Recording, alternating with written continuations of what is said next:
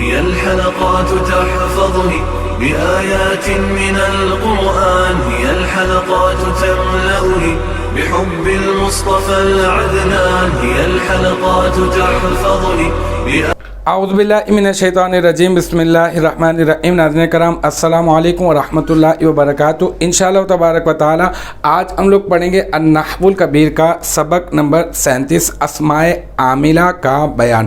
اب تک جو ہے وہ اس سلسلے میں نے ایک ویڈیو جو ہے وہ بنا دی ہے، انشاءاللہ تعالی آج جو ہے وہ ہماری یہ دوسری ویڈیو ہوگی، اور پہلی والی جو ویڈیو تھی اس میں نے آپ کو بتا دیا اسماء جو ہے وہ کچھ اسماء ایسے ہوتے ہیں جو عمل کرتے ہیں اسماء شرط، ٹھیک ہے، بامعنی ان کے معنی میں ہو کر جو ہے وہ عمل کرتے ہیں، وہ 9 ہوتے ہیں، ان کے بارے میں نے آپ کو بتا دیا۔ ایک مرتبہ میں اس کو پڑھانے سے پہلے دوبارہ سے پیچھے جا کے تمہیداً جو ہے وہ میں ذکر کر دوں کہ ہم نے کہا تھا کہ عوامل لفظیہ، ٹھیک ہے، ایسے عوامل جو لکھنے میں بھی آتے ہیں اور جو پڑھنے میں بھی آتے ہیں۔ عوامل لفظیہ کی 3 قسمیں ہوتی ہیں، ایک تو اسماء عاملہ، ٹھیک ہے، ایک ہوتے ہیں حروف عاملہ اور ایک ہوتے ہیں افعال عاملہ۔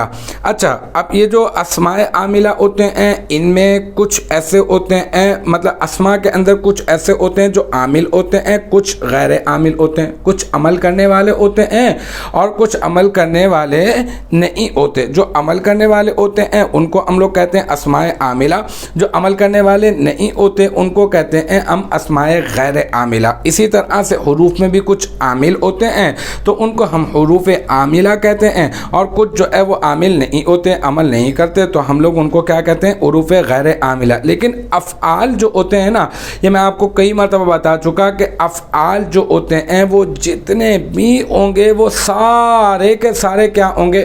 وہ ہوں گے عامل۔ افعال جتنے بھی ہوں گے وہ سارے کے سارے افعال جو ہوں گے وہ عامل ہی ہوں گے۔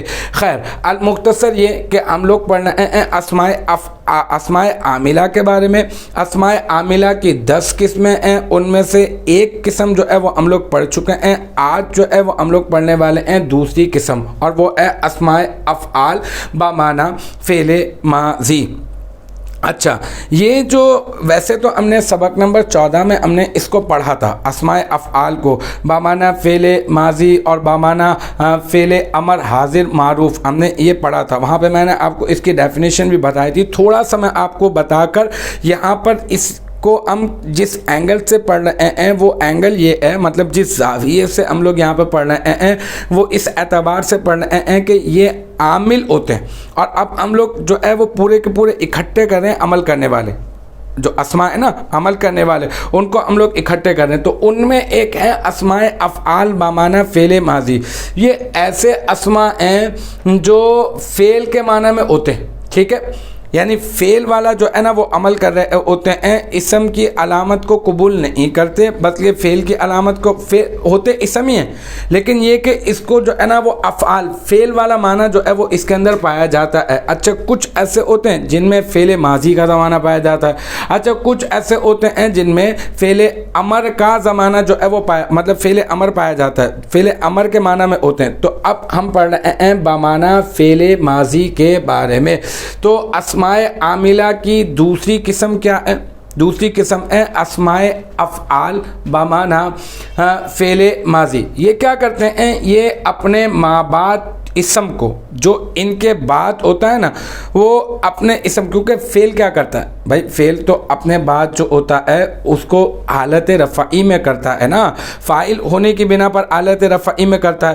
تو اب یہ جو اسماء افعال ہیں یہ کیا کریں گے؟ ظاہر سی بات ہے اگر یہ اسماء افعال ہیں تو یہ بھی وہی فعل والا کام کریں گے، اور یہ اسماء افعال یہ اپنے ما بعد اسم کو فاعل ہونے کی وجہ سے یہ بھی کیا کرتے ہیں؟ یہ رفع دیتے ہیں۔ تو دوسری اسماء عاملہ میں کیا ہو گئی؟ وہ ہو گئی اسماء افعال بمعنی فعل ماضی، اور ان کا عمل کیا ہو گیا؟ ان کا عمل وہی ہو گیا جو فعل والا، کیونکہ آپ خود ہی تو کہہ رہے ہیں کہ یہ اسماء افعال ہیں۔ آپ دیکھ لیتے ہیں مثال کے ذریعے سے، دیکھیں یہاں پہ مثال کے طور پہ ہیہاتا، ہیہاتا جو ہے نا وہ بہت کے معنی میں آتا ہے، ٹھیک ہے، تو ہیہاتا جو ہے نا وہ اسم ہے، اور یہ ہیہاتا جو ہے نا وہ بمعنی فعل ماضی ہے۔ تو ہم کہیں گے ہیہاتا یوم العید،